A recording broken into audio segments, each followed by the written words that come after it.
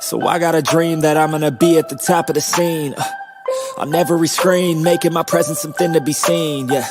I'll make them all see that I could be anything I wanna be. If you got a dream, then you need persistence and lots of belief, yeah. Yo, don't take that negative energy, I replace that. I just wanna be me, I don't fake that. I just wanna be free, yeah, chase that.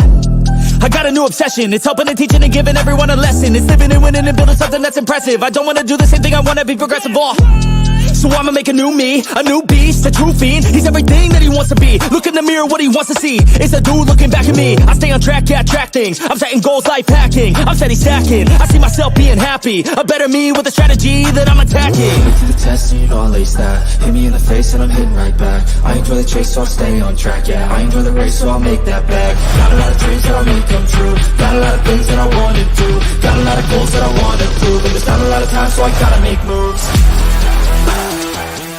Hey guys, what is up? Welcome to the Fly Like an Eagle podcast, episode 4. Now you're seeing this on Thanksgiving. So with that being said, have a happy Thanksgiving to everybody. Let me know in the comment section below, what are you having for Thanksgiving dinner? Is it turkey? Let me know in the comment section below. And while you're here, make sure you hit that like and subscribe on the Edge of Philly Sports YouTube channel and on my YouTube channel, Mitch Topsy, of course. So let's just get right into this, shall we? Let's just get right into this. The Philadelphia Eagles defeated the Kansas City Chiefs. That is right. Let me say that again. The Philadelphia Eagles defeated the Kansas City Chiefs with the final score of 21-17. And it is just unbelievable. It came down to the wire. Now, if you guys didn't know, I'm recording this the day after the game. So it's Tuesday. Around 5 o'clock p.m. is when I'm recording this, and I'm still like in shock. My emotions are running high. I don't know what happened exactly. All I gotta say is this: Jalen Hurts did his thing. Devontae Smith came up huge. Defense looked kind of bad in the first half. We're gonna get all into that. And Hassan Reddick coming up with the sack first off the gate. Very off the gate. As soon as it started, there was the sack. And it just came down to the wire, guys. This game came down to the wire. In the second half, we shut down Patrick Mahomes and the Kansas City Chiefs. They did not score at all in the second half. Like zero, zilch. And the Eagles were like, we're taking over this. We're taking over this. And that's exactly what happened in this game. DeAndre Swift had an incredible game. Best game in a while from him. We're going to get into that.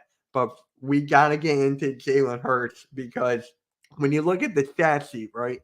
When you look at the stat sheet, this game was not his best game stat-wise. During this game, guys, he went 14 for 22, 150 passing yards, 6.8 average, 0 throwing touchdowns, 1 interception. He got sacked 5 times. We're going to get into that later on in this episode. With a QBR rating of 37.2 and a rating of 64.6. Jalen Hurts did have 2 rushing touchdowns. The brotherly of, and I think it was like a 10 to 15 yard touchdown run for the game. And Jalen Hurts, he's just like, give me the ball, guys.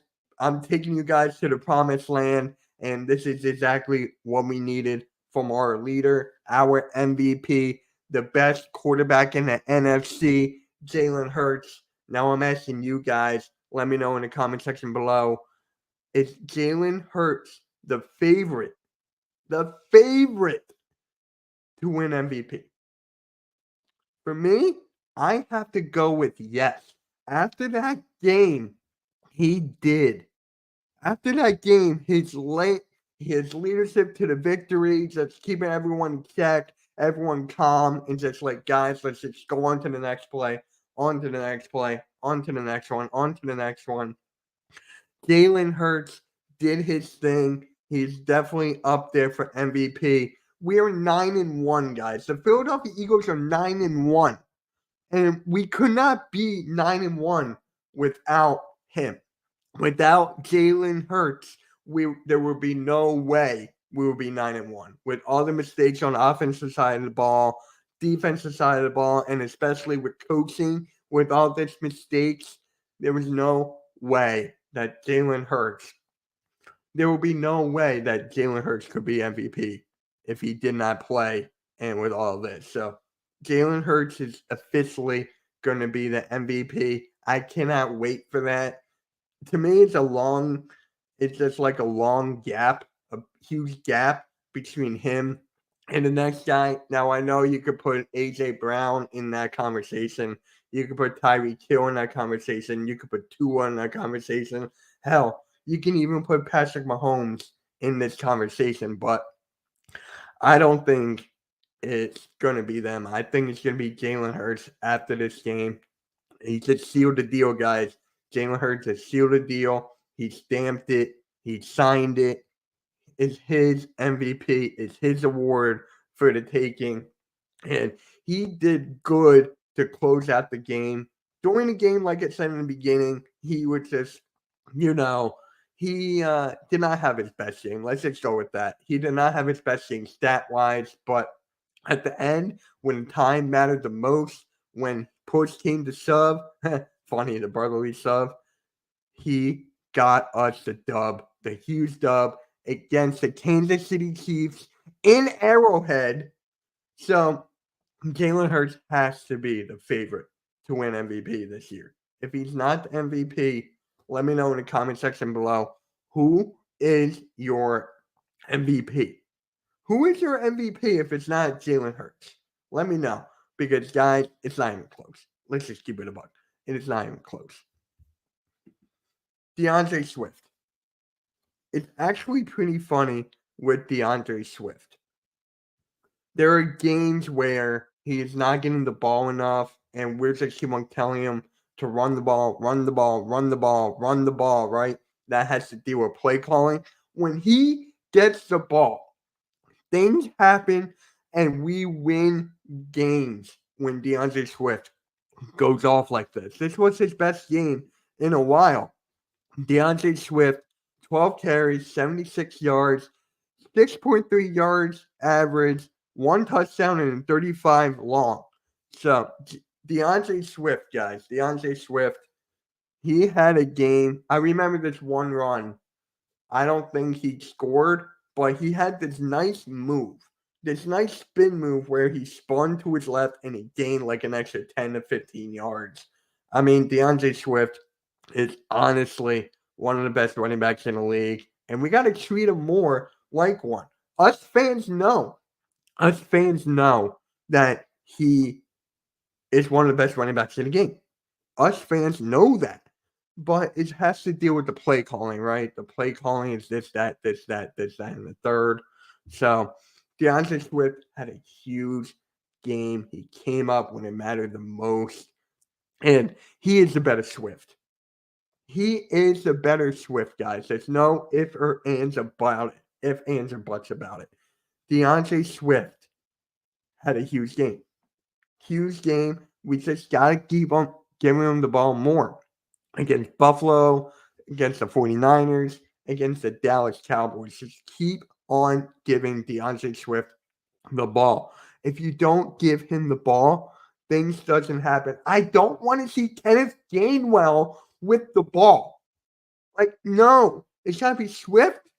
I still don't know why there's no Rashard Penny in this game. I still don't understand that. But with that being said, DeAndre Swift had a hell of a game. Now, another guy who had a huge game was Devontae Smith. Now, you guys thought I was going to say A.J. Brown, didn't you? You guys thought I was going to say A.J. Brown, but A.J. Brown only had 1 catch for 8 yards. 1 catch for 8 yards, but Devontae Smith. Devontae Smith had a 40-yard catch that took us to the 1-yard line. Then we had a brotherly shove for the score. Devontae Smith. He may not have 100-yard games throughout the year, but he did come up when it mattered the most. That is the theme of this Philadelphia Eagles team, man. That is the theme of this Philadelphia Eagles team. Just push comes to shove, and, just pick up the ball and run with it, or in Devontae Smith's case, catch the ball and run with it. Devontae Smith, he is just a huge difference maker in this team. He is vital. He knows how to run routes. He knows how, to catch the ball in big time moments. And Jalen Hurts and Devontae Smith have a huge connection. They have a huge connection, and it is great to see Devontae Smith like that. It's a huge thing to see Devontae Smith with that catch. And he finished with 6 receptions, 99 yards. His longest was 41 yards, and his average was 16.5. He did not score, though, but I'm telling you, they should have just given him the points. They should have just given him the points when he caught that ball. But sadly, he was down by the 1, and we scored anyways. But if he did not catch that ball, if Devontae Smith did not catch that ball, guys, would we have honestly won the game? Think about that for a sec. Think about this for a sec, right? Devontae Smith, if he did not catch that 41-yard bomb from Jalen Hurts, would we have won this game? Would we have won this game if it wasn't for Devontae Smith and that catch? I don't know. Let me know in the comment section below. Or if you're listening on audio platforms, just think about that. Would we have won this game if it wasn't for Devontae Smith 41-yard touchdown? 41-yard catch. Not a touchdown, but a catch. I'm just saying, guys, it is great to have 2 number 1 receivers on this team. It is great to see 2 different number 1 receivers. Like, a lot of these teams don't even have a good solid 1. We have 2 solid 1 options. 1A, A.J. Brown. 1B, Devontae Smith. And Devontae Smith waited his time, and he had a catch of the season. He had the biggest catch of the season right now, and it was just insane. Before we get into the next topic, before we get into the Eagles' offensive line and how terrible it was, we have to give our shout out to Sherry's Tickets. So a quick shout out to Sherry's Tickets, and we'll be right back. All right, guys, it's time to talk about Sherry's Tickets. Sherry'sTickets.com is easy to use and has no hidden fees. The price you see is the price you pay. Pay less and play more with Sherry'sTickets.com. Save even more by using the exclusive promo code EOP10. That's EOP10. Do not pay hidden fees and save 10%. Why use any other ticket reseller and get those hard-to-come-by tickets to the big game? If you need a more personal touch, give them a call at 610-494-5050. That's 610-494-5050. Sherry'sTickets.com also has great theater and concert tickets that are hard to get your hands on. Remember, do not overpay and save with the best at Sherry'sTickets.com. Save 10% using the promo code EOP10. That's EOP10. You'll thank us later. Sherry'sTickets.com. Shout out to Sherry's Tickets, man. And now let's get back into it. But with this, I don't know what to say about this Eagles offensive line. This Eagles offensive line in this game, I don't know what Stoutland's going to do throughout this week against Buffalo Bills and Josh Allen. I mean, the Buffalo Bills defense. It was just like shocking. We were the best offensive line throughout the whole year. Throughout the whole year, right? Throughout the whole year. The very first half, the Kansas City Chiefs and Chris Jones, I think his name is, had their way with the offensive line. We could not stop any of them. They were just getting sack after sack after sack. 5 sacks. Jalen Hurts got sacked 5 times. Now you're like, Mitch, didn't he only get sacked 5 times in the first half? That may be true. That is true. But when you look at it throughout the whole game, it looks like they were not in sync. It looks like their chemistry was not on the par. it was just like something was off. Something was really, really off, like miscommunication, especially with, I think it was Lane Johnson was trying to lean him towards Kenneth Gainwell for the block, for the screen or whatever. But then Jalen Hurts gets sacked or gets rushed and throws it away or whatever. It was so bad on this game. The Kansas City Chiefs defense is one of the best in the league. I believe they're like top 3 or top 4 or something like that. Correct me in the comment section if I am wrong about that. But it's just like with this offensive line, something was up, bro. Something was up with this offensive line. What was it with Lane Johnson did his thing? Jason Kelsey, didn't he get injured or something?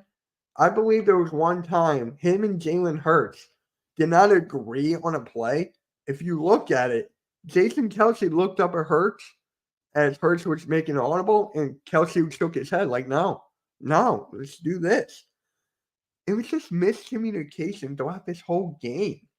Mailata, same thing. I mean, it's just crazy how bad this offensive line was this game.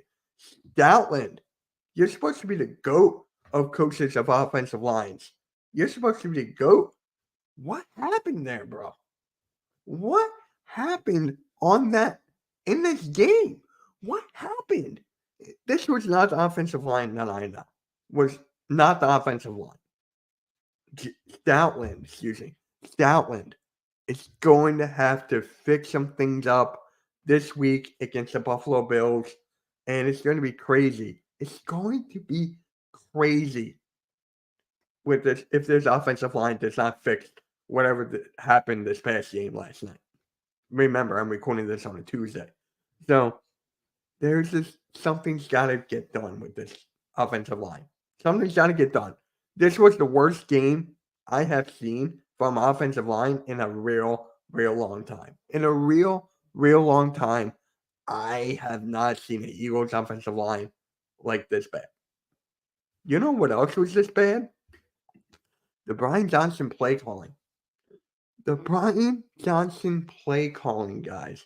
It was just like, it's a game after game after game. It's just so repetitive. And this game was just like a nail in the coffin, bro. It was just a nail in the coffin. After the first week, I remember people were like, oh, we got to fire Brian Johnson now. We got to fire Brian Johnson. These play callings are not the best. What is he doing? I don't know. And it was just like, for me, what really bothered me the most, it was like, I think it was 3rd and 1, and we did not go for a brotherly sub there. I think we did run it or something, but you have the best play in football in your back pocket for that kind of situations, and you don't go for it, and you don't do it. The brotherly sub in that situation, you just don't go for that. Like, I just don't understand that. I don't understand that play call. And there was a couple times where there was like a screen pass here and there. It didn't work. Some throws where it should be runs, vice versa. I'm telling you, it was just not the best play calling against this Kansas City Chiefs defense. Exactly. Like, it was just terrible. Something's got to get fixed. I know we're 9-1. We're 9-1, people. I know. Relax. We're 9-1. The best team in the league. Something's got to get fixed with this play calling. Something's got to get fixed. I know I'm not the only one who thinks this. I know for a fact I am not the only one that thinks this. Let me know in the comment section below. Do you guys think this? Do you guys think that I am over-exaggerating about the play calling here? I know there's a lot of people on Twitter or on X, if you call it X, and there was a lot of people on YouTube that are making a much bigger deal out of this than I am. So let me know. Am I overreacting here? I feel like I am to a point, but again, I'm just like, I think I'm just letting this go way into my head. I don't know, guys. I do not know. But we got to talk about the Eagles defense and how we shut down the Kansas City Chiefs in the second half. Man, After what happened in the first half, guys, crazy, crazy. I think it was a pick by Bayard. It was a pick by Bayard. There was a fumble by Roby. Like, this defense comes alive in the second half, and that's exactly what they did. I know we sacked Mahomes, I think, one time, right? Didn't we sack Patrick Mahomes? Yeah, we just sacked him one time for 9 yards. I mean, that could have been better, but I'm not nitpicking here because we shut down the best quarterback in football. We shut down the best quarterback, the best tight end in the league, arguably the best tight end in Kansas City Chiefs history, Travis Kelce, who did fumble, and we did shut down Andy Reid. We finally got our first win against Andy Reid, and it feels good. It feels really good when that happens. But it's just this defense, especially Jalen Carter. Did you guys see what Jalen Carter did when Patrick Mahomes tried to spike it? He dove underneath the offensive line and tried to pick that off. Jalen Carter tried to pick off Patrick Mahomes' spike. How hilarious, how insane is that? That Jalen Carter tried to pick off Patrick Mahomes' spike. He was like, whoop. What are the odds of that happening, guys? What are the odds of that happening if he actually did pick it off? If he did pick off Patrick Mahomes on that spike, the whole NFL world would have gone crazy. The whole NFL world would have gone crazy. It's just insanity. Jalen Carter is obviously going to be Defensive Rookie of the Year. He's obviously going to be Defensive Rookie of the Year. And you look at the defensive front with Josh Sweat, Jalen Carter, Jordan Davis, Fletcher Cox, who got penalized. We're going to get into the refs a little bit later, but who got penalized on that roughing the passer, I think it was. But it's just crazy how Jalen Carter is this damn good already. It's just this damn good already. Now, before we get into the refs and the prediction of the next game against Buffalo Bills, another quick ad, Philly Sports Trips. Check it out. All right, guys, if you're a Philly sports fan and you want to travel with your favorite team, then travel with the best. Go to phillysportstrips.com. They have self-travel packages and full travel packages available with round-trip flights from the Philadelphia airport. Packages include direct flights, 4-night stays, all-inclusive tailgate parties, lower-level group tickets. Whatever you want, you got it with phillysportstrips.com. If you want to travel to an upcoming Phillies game, make sure you check out Philly Sports Trips. And do not forget, Philly Sports Trips has all the away trips for the Eagles' upcoming 2023 season. Jump on it now, because you do not want to lose out on all these great opportunities. Go to phillysportstrips.com. Shout out to phillysportstrips.com. Shout out to them. And we got to get into the referees, guys.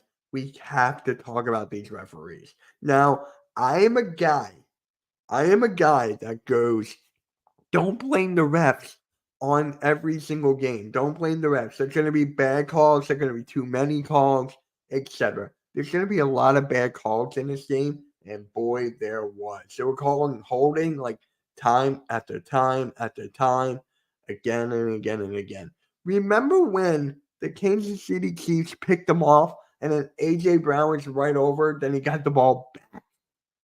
But they said that A.J. Brown touched him with his foot. I think it was like a small part of his foot or something, or his leg or something. I don't know. But they called him down, then Kansas City got the ball after that. Now, that throw was Jalen Hurts' fault, 1,000%. But what people are ticked off about, what the Eagles fans are ticked off about, is that not Jalen Hurts, A.J. Brown got penalized for nothing. Well, not really penalized. It was just like they called him down.